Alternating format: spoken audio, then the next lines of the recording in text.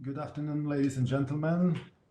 I hope you can hear me and see me in my presentation. My name is Artur Dyro and I'm CEO of Learnetic company. I hope you're staying healthy and staying at home if possible.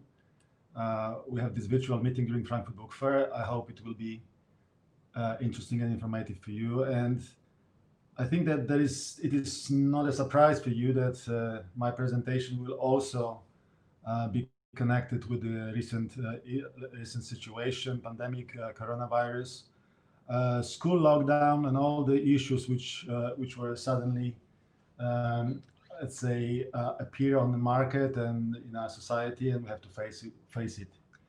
Uh, I'd like to tell you a story about how this situation affected one of our partner and customer and how they reacted on the pandemic situation and the school lockdown and how they are going to be prepared for the future, which is truly unknown today.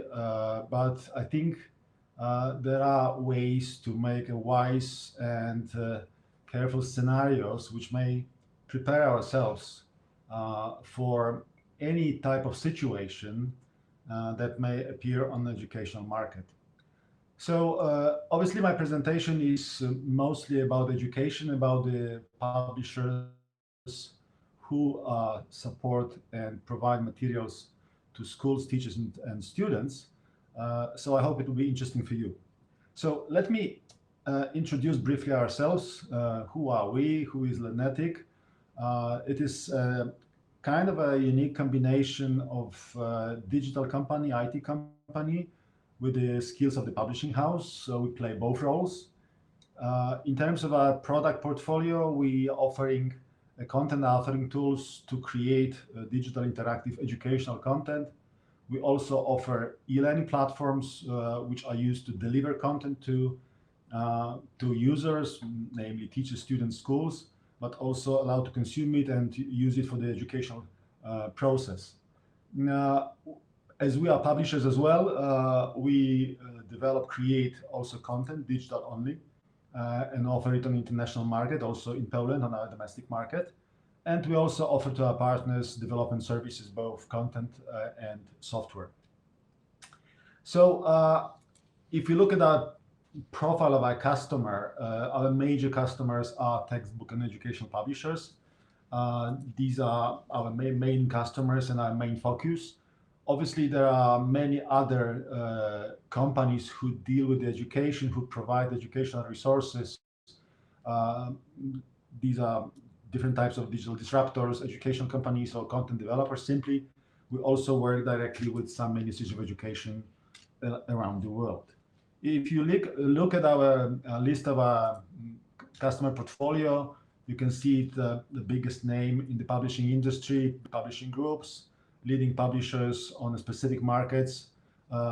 This is just a short extract of the long list of the customers that we are proudly supporting with our products and services. Sometimes we also show our portfolio in the form of the kind of a diagram. We call it e-learning ecosystem because our ambition is to try to respond to all the needs, all possible needs of the industry or market in terms of the digital education, digital interactive education. So if you look at this picture on the left-hand side, we have a tool author, which is addressed to publishers, professional content developers who create truly interactive content. On the right-hand side, we have a similar tool which is addressed to teachers, enabling them to create open resources, open educational resources. Both these type of contents can be deployed and can meet on our platform called Coursera, which can be or is reinforced with a set of applications, helping teachers and students to use content offline. Let's say connectivity is still an issue on many markets. So offering them possibility to work offline as well with the content, synchronize results with online accounts is crucial for many solutions. It is also worth to mention that we have also two different focuses in terms of the geographic context. In Poland, we act as a publisher and educational services provider. So entire ecosystem is deployed here and addressed to local publishers, to educational system in Poland, to schools, teachers, and students. So we act as an operator of our technology and a publisher of our content. And this experience we use to offer this solution to our international partners. So they are in different extent using the content in a similar way, using our portfolio of our products in a similar way that we do it in Poland. So we have a kind of a test bed here in our country. We know how to create content. We know what kind of challenges this process brings. We know how to approach the schools, know a little bit about the needs of the teachers and students. So we try to somehow use this experience and improve our products and offerings and help our international partners to do similar things all over the world. Okay, so obviously everything seemed to be very structured and well organized. And then, as we all know, at the beginning of this year, we had a virus attacking us, and many things has changed, including the educational system. So we were all shocked. There were immediate schools lockdowns in almost every country in Europe and worldwide. And many things happened suddenly in the educational system that nobody expected, really. So in case of our experience in Poland, we observe a huge growth of usage of our platforms.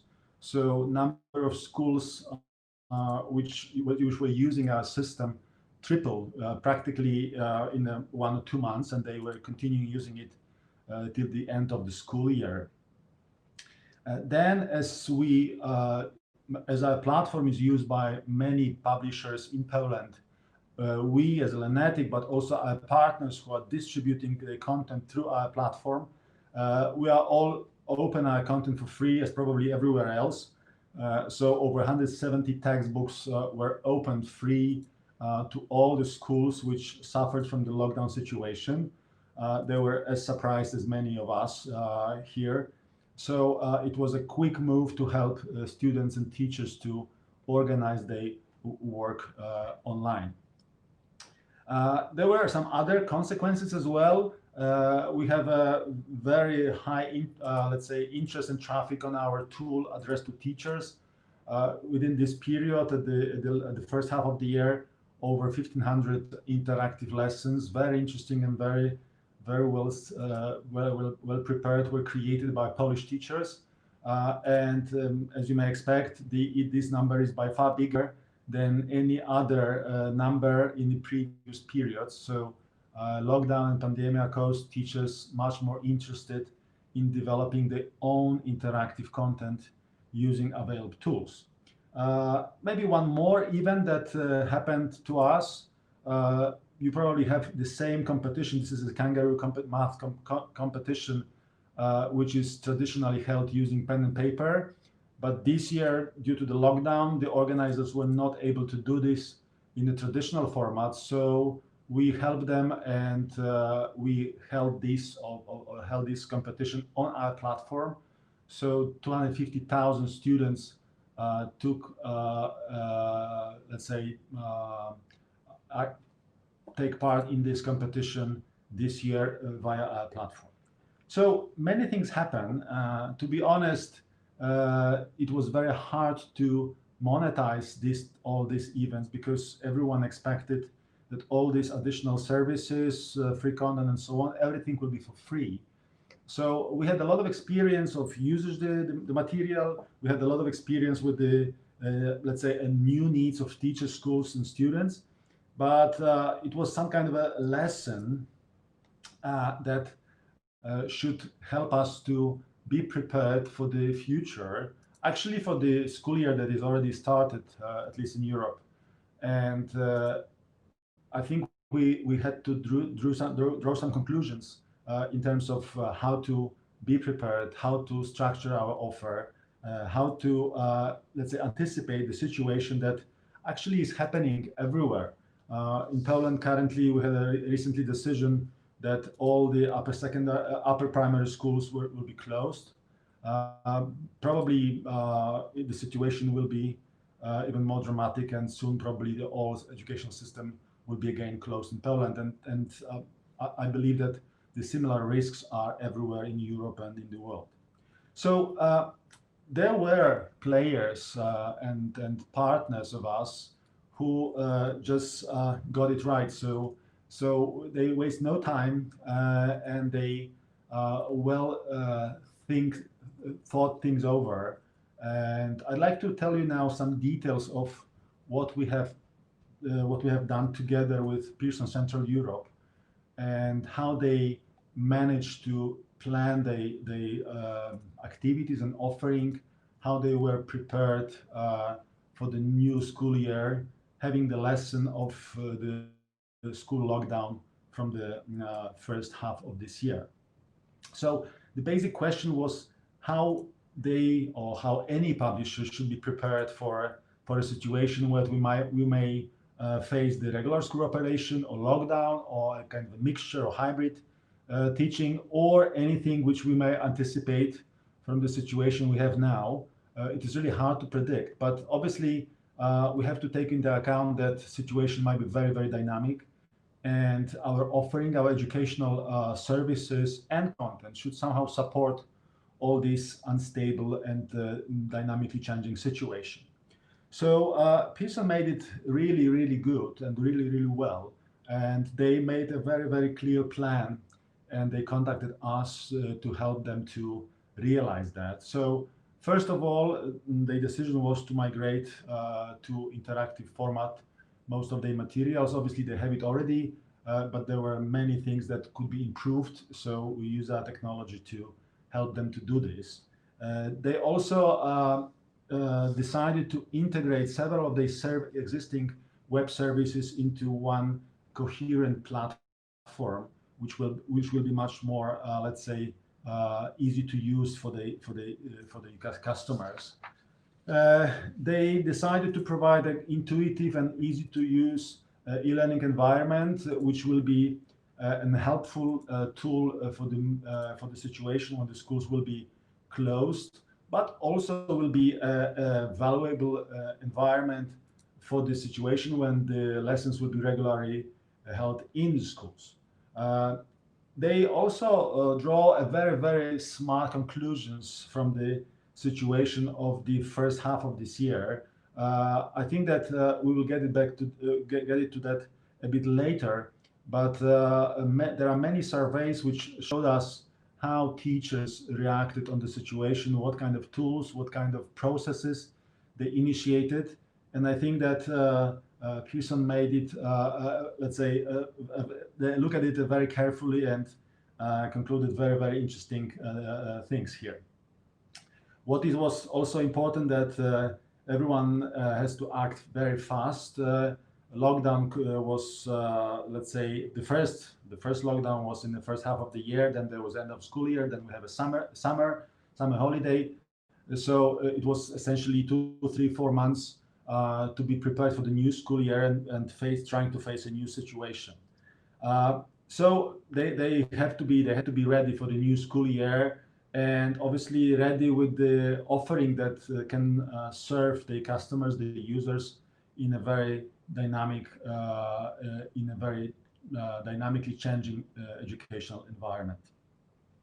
So obviously, the first thing that we were interested as a service and technology provider, what is the scope of the project? So there are a few numbers here. They started with the 28 textbooks, which is translated into the 3,500 print pages, which gave at the end of the day about 40,000 interactive activities, over 1,000 tests, 200 audio CDs, and many other auxiliary materials like videos, teachers material, and many, many more. Materials for parents, for kids with special needs, and so on and so on. The numbers looks impressive, really, if you take into account that everything had to be done in 3 months. So essentially, we started in July, and we had to be ready at the beginning of the school year, which means beginning of the September. Well, so first thing was migration of the content, and I think it was the only way to do this was the only way that it could be possible to do this in such a short time period was to use the tool which we are offering, author tool, and all the content, all these 40,000 interactive activities were developed together with our team and Pearson's team together with the 3 months in a way that the content is sustainable, it's future-proof, it is compatible with all the devices, all browsers, suitable for PC, whiteboards, or mobile devices, and can be also extended in the future. It's not a, let's say, one-day job like manual HTML scripting. Is well structured and prepared in the tool, which is one of the most popular tool among publishing industry today in the world. So this was the first decision, and I can just give you a few images of what was created. A very nice, highly interactive content. I stress a lot the word interactive because sometimes people say digital, but PDF is essentially a digital content. But the value of the, let's say, e-learning solution lies in the content that we call interactive, when it can really get into the interaction with the students, when the students are forced to do something, act something, being engaged, and based on the activity, teacher may have some reports and have a lot of information about the student learning process, about the possible weaknesses, or let's say to identify the students with the special needs or the students who are doing well, and so on and so on. So not digital, I'll stress it again, it's interactive. It's what is the key element of this of the content that we've prepared for them based on their textbooks, obviously. So as you might see from these screenshots, we kept the a little bit of the layout of the textbook, but then it's a mixture of that, so the teachers can feel comfortable seeing the similar layout what they are used to with the books. But obviously, when they dig a bit deeper, they just get to the truly interactive, let's say, material that can be used either on a whiteboard or also by students themselves. It is also important that the content itself was designed in the way that it can either be used on the whiteboard as a presentation tool and discussion tool for the teachers, but it also has all the features of checking the answers, showing the correct answers, and so on and so on, which are very helpful for students to work by themselves as a kind of a self-study mode or teacher-led mode. And content contains also some gamification elements which motivate students to do it in the right way. Well, so this was the content, and then next step was to create a platform. Please remember that we have very little time for that. So obviously it was only possible again by using of our platform called mCourser, which can be highly customized and set up very quickly within a few days. So we made it for our partner, designed, configured in the way that they wish to do this. And obviously, we also, together with our partner, developed many new features for this platform as a conclusion of what has happened earlier. So just as a summary, very briefly, the platform itself plays a role of content delivery platform with all the license management there. It's also a resource bank for many different resources for teachers. It's a full-fledged LMS providing communication between teachers, students. It provides groups and class management, teacher-student communication, and obviously supporting asynchronous and synchronous teaching model. I will refer to that a bit later. Assignment assessment, as you see it on the slide, it is a full-fledged platform that can be easily configured and customized for the particular publisher needs. What is also important, it was fully cloud-based and fully scalable. So we are, let's say, high traffic proof, which we also proved during the school lockdown in Poland. We were on the platform that did not suffer from the, let's say, overwhelming traffic of the students. So the question was it enough, what we had at the moment for them? And I'd like to maybe make some kind of a remark here. When the school lockdown happened at the beginning of this year, then we somehow concluded quickly that what is the most popular educational application. And it occurs that the teachers started to use email mostly to send the assignments to students.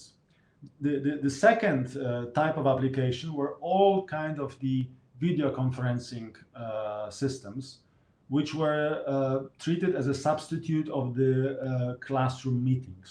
So we can divide it into the two type of the processes or teaching process, like an asynchronous, when you can send an email with the assignment, expecting some deadlines and expecting some work to be sent back by students.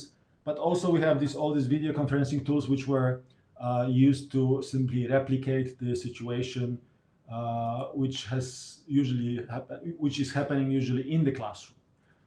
Obviously, this is not a perfect choice, and the e-learning technology and the dedicated systems can help much more.